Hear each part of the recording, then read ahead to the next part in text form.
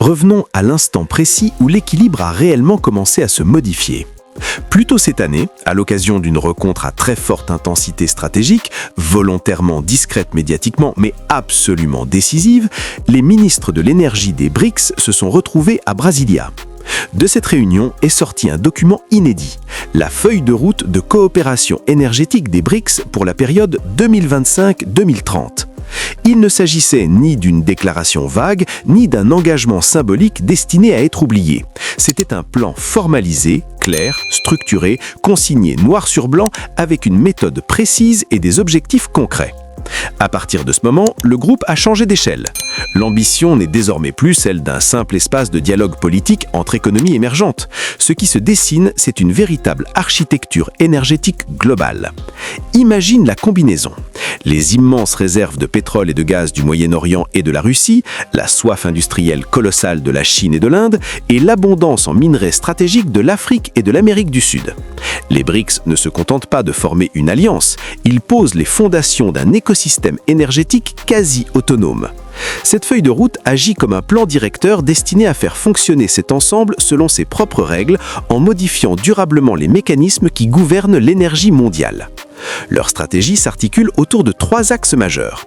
Le premier consiste à bâtir leurs propres infrastructures physiques, réseaux de pipelines, corridors gaziers et lignes électriques capables de relier directement les pays membres entre eux. Le deuxième repose sur la mise en commun des compétences technologiques. L'objectif est de maîtriser collectivement les énergies de demain, comme l'hydrogène vert, tout en contrôlant les brevets, les standards techniques et le savoir-faire industriel. Mais l'élément le plus déterminant reste le troisième pilier, la prise de distance avec le dollar. Le projet est clair, échanger le pétrole, le gaz et les minerais stratégiques en utilisant leurs propres devises, yuan, roupie et autres monnaies nationales. Chaque transaction réalisée hors du dollar représente une sortie progressive de l'ancien système financier international. C'est aussi une protection directe contre les sanctions, les pressions géopolitiques et les ingérences extérieures. En conservant la maîtrise à la fois de leurs ressources et des flux financiers qui les rémunèrent, les BRICS cherchent à sécuriser leur souveraineté économique. Parlons maintenant de la puissance brute, celle qui découle d'un contrôle fondamental. Maîtriser ce dont le monde a besoin pour fonctionner. Avec l'élargissement du groupe, les BRICS ne sont plus simplement influents, ils deviennent dominants. Pris dans leur ensemble, ils représenteraient environ 42% de la production mondiale de pétrole brut. Prends un instant pour mesurer ce chiffre. Au sein du même bloc, on retrouve à la fois des producteurs majeurs, Arabie Saoudite, Émirats Arabes Unis, Iran et Russie, et des mastodontes de la consommation énergétique comme la Chine et l'Inde. Cette configuration transforme profondément les dynamiques des marchés mondiaux. Il ne s'agit pas d'un cartel traditionnel imposant un prix unique de manière frontale. Leur force est plus contemporaine, plus subtile. En favorisant les échanges internes, en développant leurs propres connexions logistiques, accords bilatéraux et routes dédiées, ils acquièrent la capacité de rediriger les flux énergétiques. Imagine un scénario où les plus grands exportateurs réservent progressivement une part croissante de leur pétrole et de leur gaz à leurs partenaires du bloc, réglés dans leur propre monnaie. Pour les autres régions, notamment l'Europe et les marchés occidentaux historiques, l'offre restante devient mécaniquement plus rare, plus coûteuse et plus dépendante de conditions extérieures.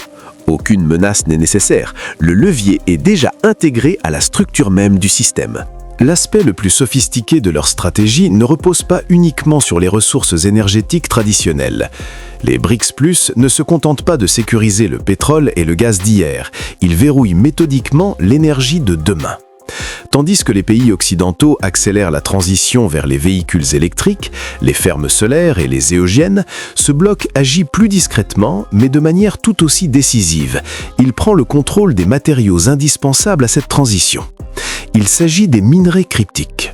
Le lithium, essentiel aux batteries, le cobalt, les terres rares nécessaires aux aimants des éoliennes, le graphite et d'autres ressources stratégiques constituent le socle matériel de l'économie verte. Et les chiffres sont vertigineux. Des pays membres ou proches du bloc concentreraient plus de 70% de la production mondiale de terres rares, ainsi qu'une part dominante d'autres minerais clés. La Chine, à elle seule, assurerait près de 90% du raffinage mondial de ces terres rares. Autrement dit, même si l'Occident conçoit le design du prochain véhicule électrique révolutionnaire, ce sont très souvent les pays des BRICS+ qui possèdent la mine d'où est extrait le lithium, l'usine qui le purifie et les installations capables de produire les cellules de batterie. Il s'agit d'un véritable goulot d'étranglement dans la chaîne d'approvisionnement mondiale. Quelle que soit l'orientation future du mix énergétique, hydrocarbures aujourd'hui ou stockage électrique demain, ce sont eux qui détiennent les clés. Pour protéger cette position stratégique, le bloc s'emploie également à bâtir une alternative au système financier dominé par le dollar. Ils développent leur propre réseau de paiement et concluent des accords bilatéraux permettant d'échanger pétrole et matières premières contre des yuans, des roupies ou d'autres monnaies locales. L'objectif n'est pas d'abattre le dollar brutalement. Il s'agit plutôt de mettre en place un système parallèle pleinement fonctionnel. En cas de montée des tensions géopolitiques et d'activation des instruments financiers occidentaux, sanctions, restrictions bancaires, exclusions, les BRICS+ veulent être capables de continuer à commercer entre eux sans dépendre d'aucun acteur extérieur. Mais avant d'imaginer un ensemble parfaitement cohérent, uni et invulnérable, il est indispensable de marquer une pause. Cette vision se heurte à des obstacles internes majeurs. Le bloc n'est pas un État unique, mais une mosaïque de nations aux intérêts parfois divergents, avec leurs rivalités historiques, leurs priorités nationales et leurs lignes rouges stratégiques. Les tensions persistantes entre l'Inde et la Chine en sont un exemple évident. De même, des concurrents directs sur le marché de l'énergie, comme l'Arabie Saoudite et l'Iran, se retrouvent assis à la même table. À cela s'ajoute une fracture économique fondamentale. Certains membres, tels que la Russie ou l'Arabie Saoudite, dépendent fortement des revenus issus de l'exportation de pétrole et de gaz. D'autres, comme la Chine et l'Inde, sont avant tout des consommateurs massifs cherchant à obtenir l'énergie au coût le plus bas possible. Ces intérêts ne coïncident pas toujours naturellement. Il existe également une contrainte très concrète, la réalité matérielle.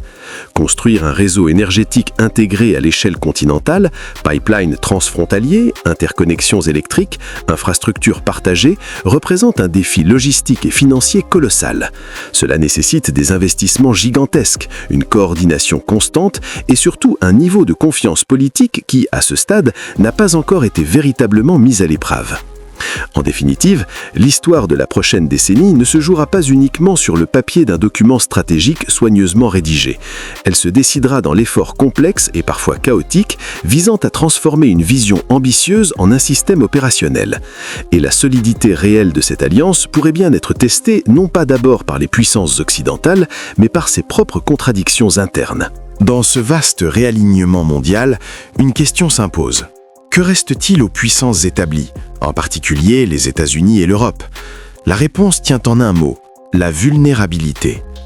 Pendant des décennies, la sécurité énergétique occidentale reposait sur un principe simple et rassurant, le marché mondial. Les pays achetaient leurs ressources auprès de fournisseurs variés et les mécanismes de l'offre et de la demande finissaient par assurer un certain équilibre.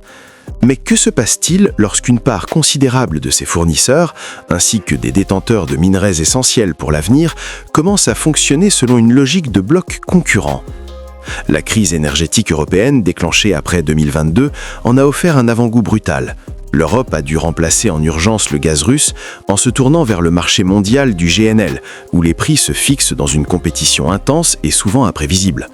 Désormais, imagine cette même concurrence face à un ensemble massif, coordonné, qui privilégie d'abord ses échanges internes et fixe ses propres règles. L'Occident pourrait se retrouver contraint de surpayer une énergie devenue plus rare, plus instable et soumise à des conditions qu'il ne maîtrise plus. La transition écologique rend cette fragilité encore plus aiguë. L'Union européenne et les États-Unis affichent des ambitions élevées, produire des millions de véhicules électriques, déployer à grande échelle l'éolien et le solaire, accélérer le développement des énergies renouvelables. Mais ces projets reposent sur des matières premières qu'ils ne contrôlent pas. Leur approche consiste principalement à sécuriser des contrats d'approvisionnement. En face, les BRICS+ cherchent à posséder l'ensemble de la chaîne de valeur, depuis l'extraction minière jusqu'à la transformation industrielle. Cette différence crée une vulnérabilité structurelle. La croissance future de l'Occident peut dépendre de ressources détenues par des rivaux géopolitiques. L'impact de cette stratégie dépasse largement les frontières européennes ou nord-américaines. Elle envoie un message fort au reste du monde, notamment au sud global, Afrique, Asie du Sud-Est, Amérique latine. Pendant longtemps, de nombreux pays en développement estimaient n'avoir que deux options principales: s'aligner sur l'Occident ou composer avec une relation parfois déséquilibrée avec la Chine. Désormais, une troisième voie émerge: s'engager avec un bloc entier, riche en ressources, structuré autour d'un autre centre de gravité. L'Alliance BRICS+ propose une offre concrète, presque clé en main. Elle promet un accès à l'énergie, des financements pour les infrastructures via sa propre banque de développement, ainsi que des transferts technologiques sans les conditions politiques, souvent associées aux prêts occidentaux. Pour des pays disposant de cobalt, de cuivre ou de lithium, le changement est profond. Ils ne sont plus de simples fournisseurs de matières premières, mais des partenaires potentiels intégrés à une nouvelle sphère d'influence. Le résultat est l'émergence d'un nouveau centre de gravité dans la politique mondiale, un espace où le dollar et les institutions occidentales ne constituent plus l'unique référence. Le monde ne se divise pas nettement en deux camps opposés, il se réorganise autour de plusieurs pôles puissants, et les BRICS+ sont en train d'en ériger un parmi les plus imposants. Ce basculement combinant énergie et finance n'est pas abstrait, il entraîne une conséquence directe et lourde: la redéfinition de la sécurité mondiale. Si l'on construit des autoroutes énergétiques privées traversant continents et océans, il devient inévitable de pouvoir les défendre. C'est inévitable. C'est pourquoi cette stratégie économique s'accompagne mécaniquement d'une dimension militaire. On en observe déjà les signes. La Chine développe rapidement sa marine pour sécuriser les routes maritimes reliant le Moyen-Orient à l'Asie par lesquelles transitent son pétrole et son gaz. La Russie, de son côté, renforce sa présence militaire dans l'Arctique afin de contrôler la route maritime du Nord, de plus en plus accessible. Parallèlement, les pays des BRICS multiplient les exercices navaux conjoints. La nouvelle réalité est claire: la carte des futures infrastructures énergétiques devient progressivement celle des priorités militaires de demain. Contrôler un pipeline ou une voie maritime, c'est contrôler le flux de puissance. Nous entrons dans une ère où la rivalité entre grandes puissances ne se joue plus uniquement sur des frontières terrestres, mais aussi sur la protection des routes commerciales et des corridors d'approvisionnement. La boucle se referme là où tout a commencé, à cette réunion de Brasilia et à la feuille de route énergétique des BRICS+. Elle fixe une trajectoire, mais la destination reste incertaine.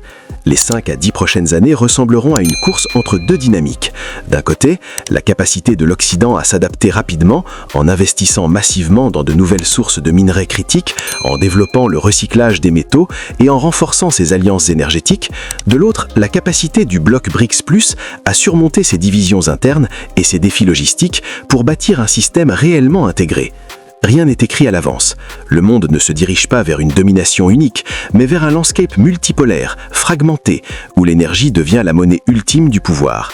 Les règles héritées du passé sont en train d'être réécrites, et les décisions prises aujourd'hui, dans les salles de conseil, les ministères et ces réunions discrètes, façonneront l'équilibre des puissances pour les décennies à venir. Et pour conclure, merci sincèrement de votre attention et surtout, merci pour votre fidélité à la chaîne.